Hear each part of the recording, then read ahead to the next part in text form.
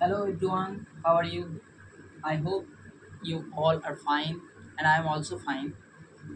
So today we are going to discuss about an important topic that is called figure of speech. I hope you all are know about it, but if you have any doubt or problem regarding to this topic, then I am going to clear it in my video.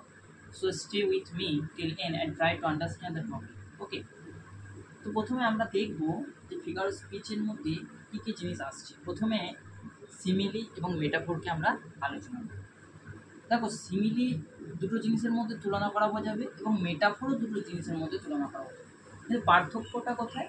যে simile তুলনা দুটো আমরা বুঝতে পারবো, সেন্টেন্সের মধ্যে যেই দুটো জিনিসের মধ্যে কম্পেয়ার করবে বা তুলনা করবে সেটা আমরা স্পষ্টভাবে বুঝতে পারবো সিমিলির মাধ্যমে। কিন্তু মেটাফোরে আমরা সেই তুলনা দুটো স্পষ্টভাবে বুঝতে পারবো না। যেমন দেখো, এখানে আমি কিছু কিছু উদাহরণ জিনিস লিখে দিয়েছি, যেমন হচ্ছে লাইক, অ্যাজ, সো, এই সমস্ত জিনিসগুলোর মাধ্যমে আমরা আরও ক্লিয়ার হতে পারবো। কম্পেয়ার দুটোর মধ্যে অনেকটা ক্লিয়ারনেস আসবে এই সিমিলির ক্ষেত্রে। কিন্তু মেটাফোরে এমন কোনো জিনিস নেই যেটার মধ্যে আমরা ক্লিয়ারনেসটা নিয়ে আসতে পারবো। তো দেখো, সিমিলির ক্ষেত্রে কী কী বলেছে একটা উদাহরণ দিয়ে আমরা বুঝি, যে he is like a giant. দেখো, দুটো জিনিস আমার তুলনা হচ্ছে না, তার সঙ্গে কার তুলনা হচ্ছে জায়েন্টের, কিন্তু তুলনাটা স্পষ্টভাবে বুঝতে পারছি আমরা কার মাধ্যমে, লাইকের মাধ্যমে। তাকে দেখতে কেমন? একটা জায়েন্টের মতো দেখতে। আবার যদি একটা উদাহরণ করি, he ran like a horse, সে দৌড়াচ্ছে ঘোড়ার মতো। অর্থাৎ ঘোড়ার সঙ্গে তার যে তুলনা করছে সেটা একদম স্পষ্ট, আমরা পরিষ্কারভাবে বুঝতে পারছি তাকে ঘোড়ার সঙ্গে ঘোড়ার তুলনা করছে, মানে ঘোড়ার যেমন দৌড়ায় সেরকম তার দৌড়ানোটাকে তুলনা করছে। তাহলে দেখো, লাইকের মধ্যে দিয়ে আমরা এই জিনিস দুটোর তুলনা অনেকটা স্পষ্টভাবে বুঝতে পারি। অপর দিকে যদি আমরা মেটাফোরকে দেখি, মেটাফোরের মধ্যে দুটো তুলনা করবো কিন্তু এটা বোঝা যাবে না। কেমন হচ্ছে, টাইম ইজ মানি, মানে বলতে চাইছে যে সময় হয় টাকা, তাই কি হয়? হয় না। তার মানে কি, সময় হচ্ছে মানির মতো, টাকার মতো মূল্যবান। এটাকে আমাদের বলতে চাইছে, কিন্তু একদম স্পষ্টভাবে নয়, অস্পষ্টভাবে বলছে হি ইজ এ জায়েন্ট, সে হচ্ছে একটা দৈত্য। সে কি দৈত্য হতে পারে না? তার মধ্যে দৈত্যের যে গুণাবলীগুলো আছে, যেমন দৈত্য ক্ষমতাবান হয়, সে হয়তো ক্ষমতাবান, এরকম হয়তো কোনো গুণাবলী প্রকাশ করতে চাইছে, কিন্তু সেটা এইখানে যেমন স্পষ্টভাবে বলেছে, কিন্তু এখানে সেটা স্পষ্টভাবে বলছে না, অস্পষ্টভাবে বলছে। তারপর একটা উদাহরণ যদি দেখি, যে the calm lake was a mirror, মানে শান্ত হ্রদটা আয়নার মতো। তাই কি হয়? আয়নার আলাদা একটা জিনিস, শান্ত হ্রদ একটা আলাদা জিনিস। কিন্তু শান্ত হ্রদের উপর গিয়ে আমরা দাঁড়া, যেমন আয়নায় যেমন আমরা প্রতিচ্ছবি নিজেদের দেখতে পাই, সেরকম শান্ত হ্রদের সামনে গিয়ে যদি আমরা মেরে দেখি, তাহলে আমরা নিজেদের প্রতিচ্ছবি দেখতে পাবো। তো সিমিলারলি বলতে চাইছে কি, যে এই কাম লেকের সঙ্গে মিররের একটা তুলনা করছি, যে শান্ত হ্রদটাকে দেখতে অনেকটা আয়নার মতো, তাই না? যদি আমরা আরও উদাহরণ যদি এখানে দেখি, যদি আর একটা উদাহরণ লাইক বা যদি অ্যাজ দিয়ে দেখি, কেমন হবে? বলতে চাইছি যে যে his smile is as bright as the Sunlight, মানে সূর্যের আলোর মতো তার হাসিটা কি উজ্জ্বল। তো সেই সূর্যের আলোর সঙ্গে তার হাসির যে তুলনা করছে, অ্যাজের মাধ্যমে আমরা স্পষ্টভাবে বুঝতে পারছি। কিন্তু এখানে যদি আমরা আরেকটা উদাহরণ যদি বলি, যে Rahul is the Shakespeare of our class, Rahul আমাদের ক্লাসের কি শেক্সপিয়ার, তাহলে কি এটা স্পষ্টভাবে বোঝা যাচ্ছে? বোঝা যাচ্ছে না। কেন? কেন রাহুল তো শেক্সপিয়ার হতে পারে না। রাহুলের মধ্যে শেক্সপিয়ারের যা যা গুণাবলী রয়েছে, সেই গুণাবলীগুলো রাহুলের মধ্যে রয়েছে, সেই জন্যে আমরা রাহুলকে শেক্সপিয়ারের সঙ্গে তুলনা করছি, কিন্তু এটা অস্পষ্টভাবে, স্পষ্টভাবে নয়। তাহলে আমরা কি বুঝলাম? যে সিমিলি দুটো জিনিসের মধ্যে তুলনা করবে কিন্তু স্পষ্টভাবে বোঝা যাবে। অপরদিকে মেটাফোর দুটো জিনিসের মধ্যে তুলনা করবে কিন্তু স্পষ্টভাবে বোঝা যাবে না। এবার আমরা পাবো কি, ফিগার স্পিচের যে পরের পয়েন্ট, সেটা হচ্ছে কি, যে অ্যালিটারেশন। আচ্ছা, অ্যালিটারেশন কি? অ্যালিটারেশন হচ্ছে প্রথম অক্ষরগুলোর মধ্যে মিল থাকে। কেমন? উদাহরণের মাধ্যমে আমরা বুঝব। একে বলেছে Nike needed a new notebook, নায়কের প্রয়োজন একটা নতুন নোটবুকে। তাহলে এই যে এন, এই যে এন, এই যে এন, এই যে এন, এই যে এনগুলো আমরা প্রত্যেকটা ওয়ার্ডের সামনে পাচ্ছি না? তাহলে প্রথম অক্ষরগুলোর মধ্যে মিল পাচ্ছি তো আমরা। তো প্রথম অক্ষরগুলোর মধ্যে যদি মিল পাই কোনো সেন্টেন্সের, প্রতিটা ওয়ার্ডের প্রথম অক্ষরগুলো যদি মিল পাই, তাহলে হবে কি, যে সেটা আমাদের অ্যালিটারেশন। কী হবে? সেটা আমাদের অ্যালিটারেশন হবে। আচ্ছা, দ্বিতীয় উদাহরণ কি হচ্ছে, সি সেলস, সে বিক্রি করছে, সি সেলস, ঝিনুক বিক্রি করছে, বাই দ্য শিশু, সমুদ্রের ধারে, মানে তটে কি বিক্রি করছে? সে সমুদ্রের তটে যে ঝিনুক বিক্রি করছে। তাহলে এই যে এস, এই যে এস, এই যে এস, এই যে এস, প্রত্যেকটা ওয়ার্ডের সামনে যে এস এস এস পাচ্ছি, এই অক্ষরগুলো দেখো একটা মিল পাচ্ছি। তো প্রথম অক্ষরগুলোর মধ্যে যদি এরকম মিল পাই সেন্টেন্সের মধ্যে, তাহলে সেটা হয়ে যাচ্ছে আমাদের অ্যালিটারেশন। তারপর আমরা কিছু চলে আসবো অ্যানাফোরা। আচ্ছা অ্যানাফোরা কি, যে প্রথম ওয়ার্ড বা ফ্রেজগুলোর মধ্যে মিল থাকবে, অক্ষর নয়, ওয়ার্ড মানে শব্দ অথবা শব্দগুচ্ছগুলোর মধ্যে মিল থাকবে। উদাহরণে কি বলছে, আই কেম আমি এলাম, আই স আমি দেখলাম, আই কমফর্ট আমি জিতে গেলাম। তাই যে এই যে আই এই যে আইগুলো আমরা পাচ্ছি একটা ওয়ার্ডে একটা ওয়ার্ডে একটা ওয়ার্ড। তো এই ওয়ার্ডগুলো প্রথম যদি ওয়ার্ডের মধ্যে আমরা মিল পাই সেন্টেন্সে, তাহলে সেইটা হবে কি, যে অ্যানাফোরা। আচ্ছা দ্বিতীয় এক্সাম্পলে কি দিয়েছে, every day, every night, in every way I am getting better. তাহলে এভরি এই যে প্রত্যেকটা ওয়ার্ড আমরা পাচ্ছি, এভরি এগুলো দ্বারা একটা মিল আছে না। তো কোনো সেন্টেন্সের মধ্যে যদি মানে প্রথম শব্দ বা শব্দগুচ্ছের মধ্যে মিল পাওয়া যায়, তাহলে সেটা হয়ে যাচ্ছে অ্যানাফোরা। তাহলে অ্যালিটারেশন অ্যানাফোরার মধ্যে একটুখানি পার্থক্য রয়েছে। কি আছে না, অ্যালিটারেশনের প্রথম অক্ষরগুলোর মধ্যে মিল পাওয়া যাচ্ছে, আর অ্যানাফোরা কি হচ্ছে, অ্যানাফোরার ক্ষেত্রে প্রথম শব্দ বা শব্দগুচ্ছগুলোর মধ্যেই মিল পাওয়া যাচ্ছে। তাহলে এখানে কি রয়েছে না, এপিস্ট্রফি। এপিস্ট্রফিটা কি বলছে, শেষের যে ওয়ার্ড বা ফ্রেজগুলো রয়েছে তার মধ্যে মিল থাকে। তাহলে এর আগে যেটা আমরা পড়লাম সেখানে আমরা কি পেয়েছি, অ্যানাফোরাতে পেয়েছি যে প্রথম ওয়ার্ড বা ফ্রেজগুলোর মধ্যে মিল থাকে।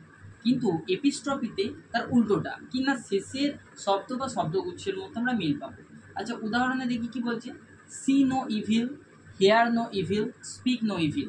দেখো এখানে ইভিল, এই লাস্ট ইভিল, এই যে আবার লাস্ট ইভিল, এই যে ইভিল এগুলো সব শেষে রয়েছে, শেষের শব্দ।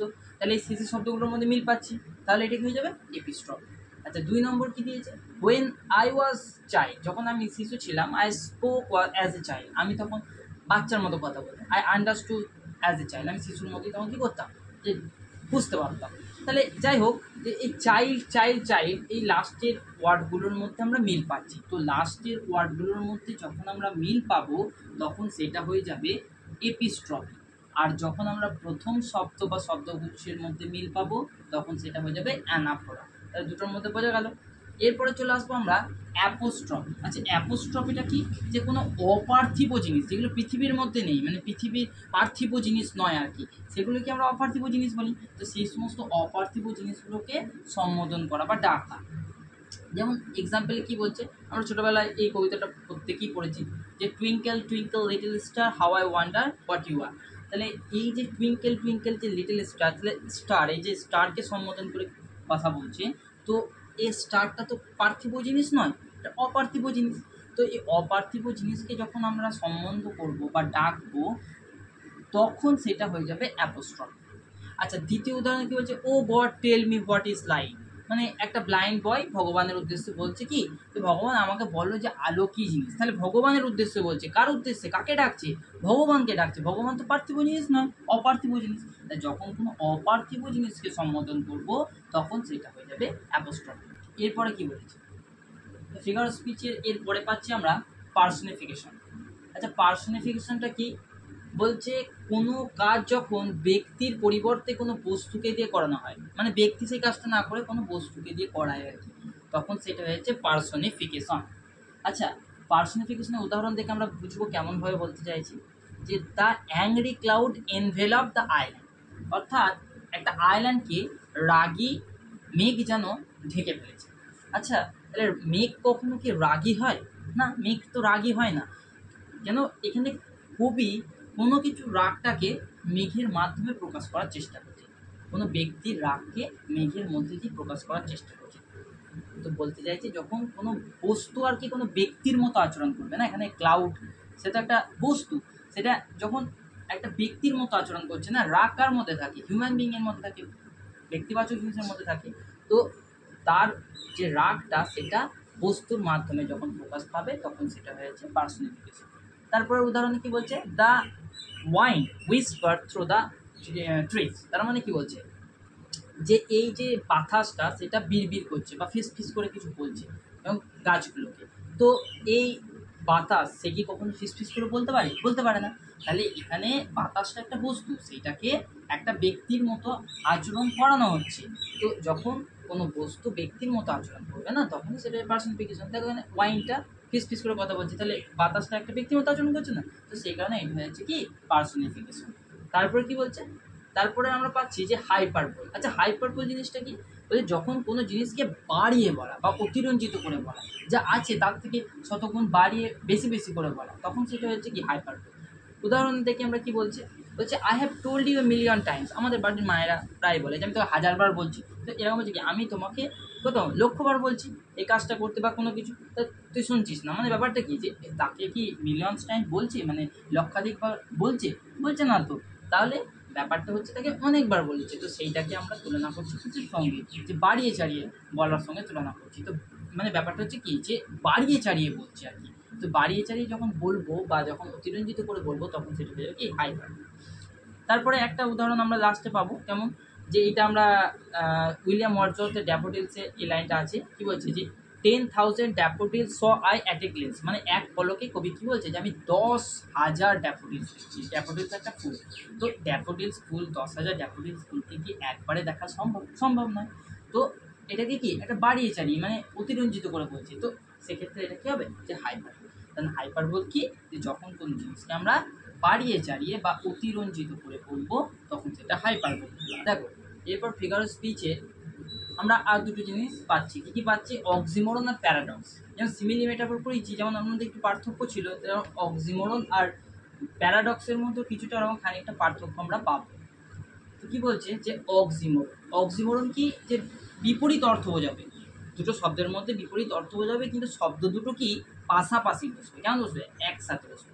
এখানে বিপরীত অর্থ বোঝাবে শব্দ দুটোর মধ্যে, কিন্তু শব্দ দুটো কাছাকাছি বসবে না, একটু দূরে দূরে বসবে। কেমন? এক্সাম্পল যদি দেখি, বলছে life is a bitter sweet, মানে একটু তিক্ত মিষ্টি। জীবনটা কি আমাদের তিক্ত মিষ্টি। মানে ব্যাপারটা কি, যে বিটার একটা আলাদা সেন্সে কাজ করে, সুইট একটা আলাদা সেন্সে কাজ করে, কিন্তু দুটো জিনিস পাশাপাশি বসেছে, বসে কি করেছে, একটা অর্থপূর্ণ শব্দ তৈরি করেছে।